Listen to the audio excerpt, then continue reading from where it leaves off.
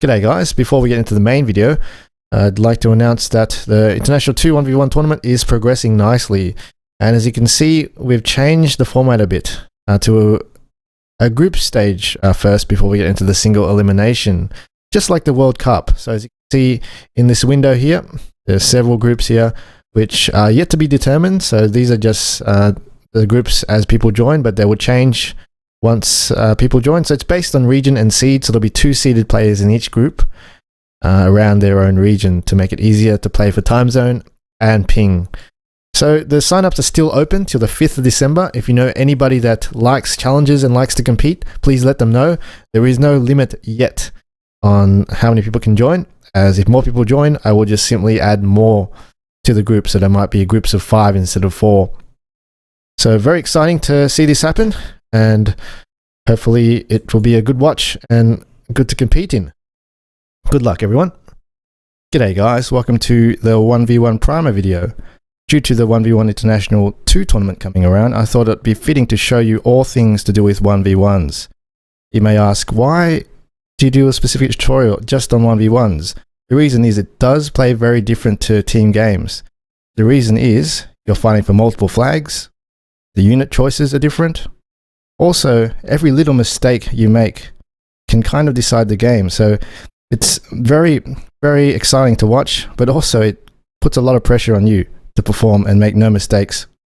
And also for the obvious fact, you can't play combo buys with your teammates. Every single counter that you buy needs to be timed perfectly.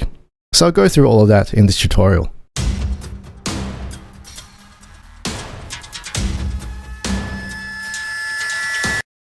Like all competitive games in the Assault Zones mode, it is extremely important to get the start right. In 1v1s, you'll be fighting over 3 flags which are quite spaced apart. So you need to know which units to send and split to each of those flags. It is also very important to send these units as soon as they spawn directly to the flag locations, because generally the cover is the same distance to your spawn, and the enemy will have the similar distance to his cover from his spawn. So whoever gets into the position first can fire first.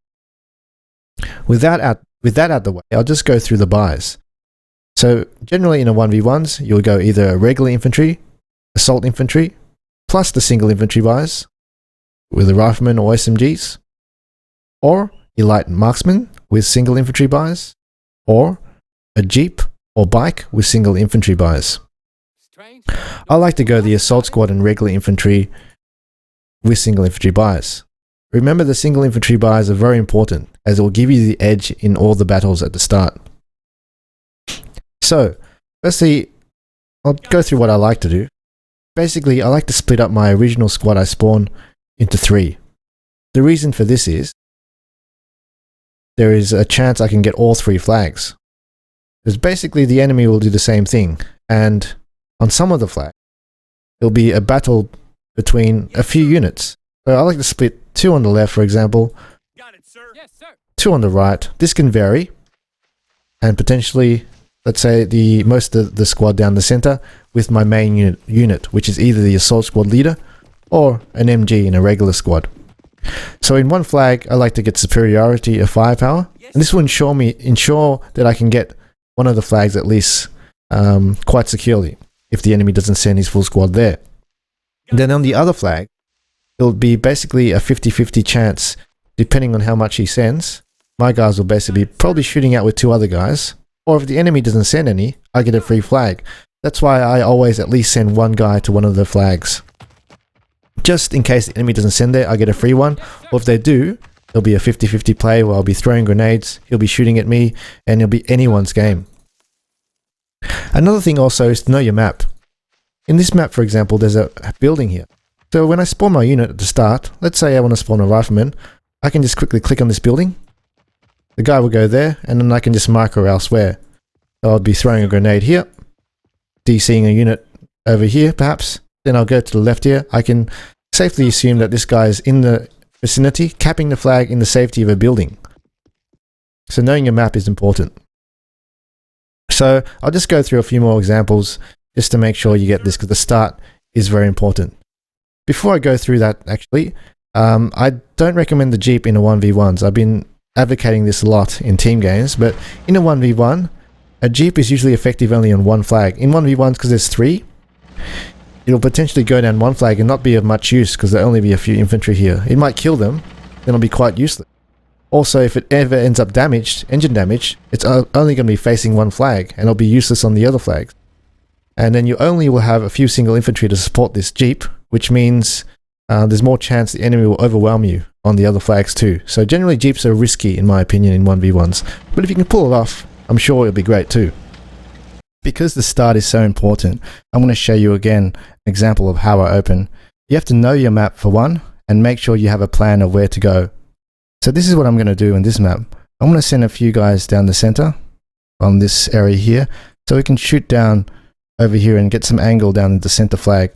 Also, I'm going to send a few down here, just so they can shoot out and have a different line of view to attack.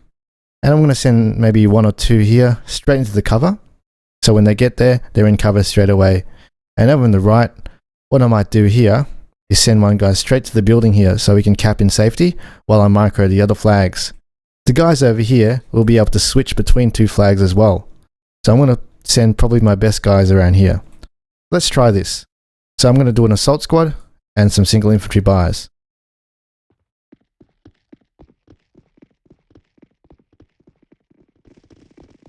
Verstanden.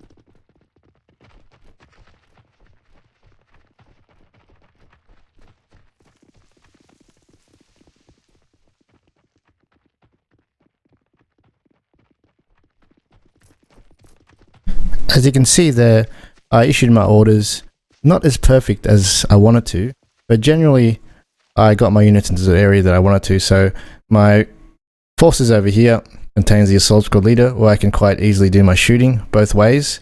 And I had a few guys here to divert fire or to throw grenades. Over here I'm going to have a few guys behind cover ready to cap the flag.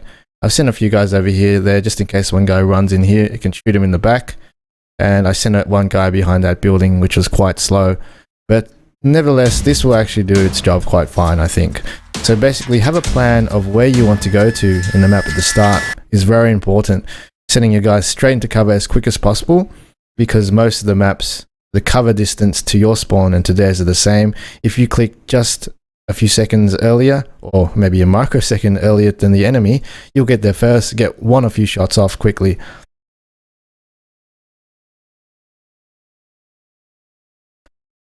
One thing you should not do in a 1v1 is to bank for a unit unless absolutely necessary.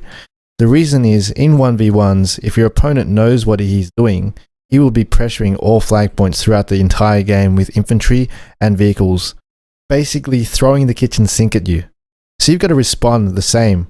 Otherwise, he's going to have more units and will be able to eventually push you towards spawn if you start banking for a unit. And if once you're at spawn, you'll basically have no chance to come back. So don't save for units like Pershings or Jumbos unless there's a stalemate, which is very rare. Your staple units will be your medium and light vehicles, such as your Stuarts, your M20s, your Greyhounds, your Shermans, if you're USA, etc. And basically for the other nations, it'll be the similar tier. Basically your early and middle range units.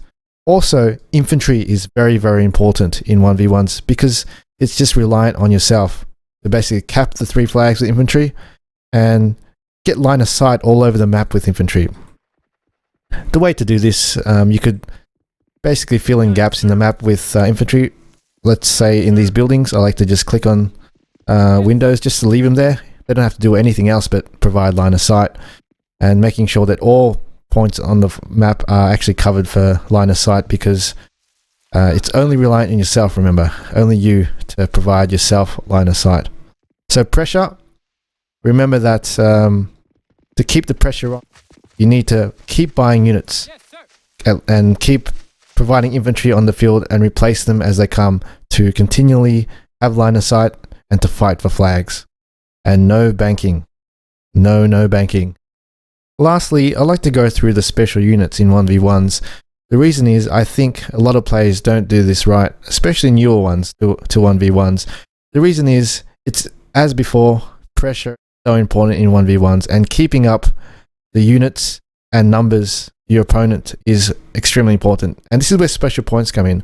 A lot of new players save their special points for big units such as the Super Pershing or maybe even the 76 Jumbo, which could be warranted on some maps or some games.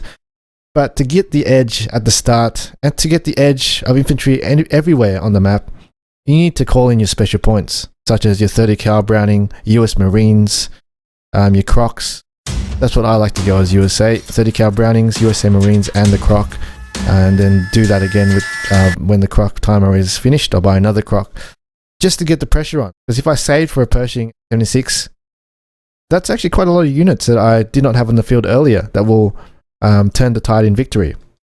So special points can turn the tide in victory just specifically by numbers.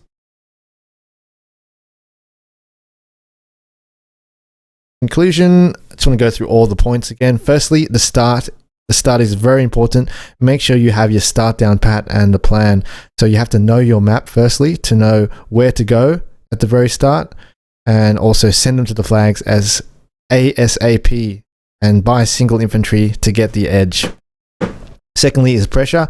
Make sure you know how to deal with pressure, which means not banking and also spending your special points if you need to get the edge in pressure numbers. Thirdly, have fun, guys. Basically, the fun in this is the challenging games, playing other good games with other good opponents. Win or lose, it does not matter. It's just a game. Just have fun with the results, or have fun with the game, in fact, playing with other good players. So don't rage quit in the game. It's just a game, remember. If you lose, it doesn't matter at all. What matters is you have fun during the process, having a challenge. So good luck to all that are participating. Hope this has helped some of you. I know some of you are already really good and don't need any of that advice, but those who haven't joined yet and have seen this tutorial, hopefully this will encourage you to join, because it's not that hard, in my opinion, on what to do. So those are the points that I think really matter, and good luck to everyone participating.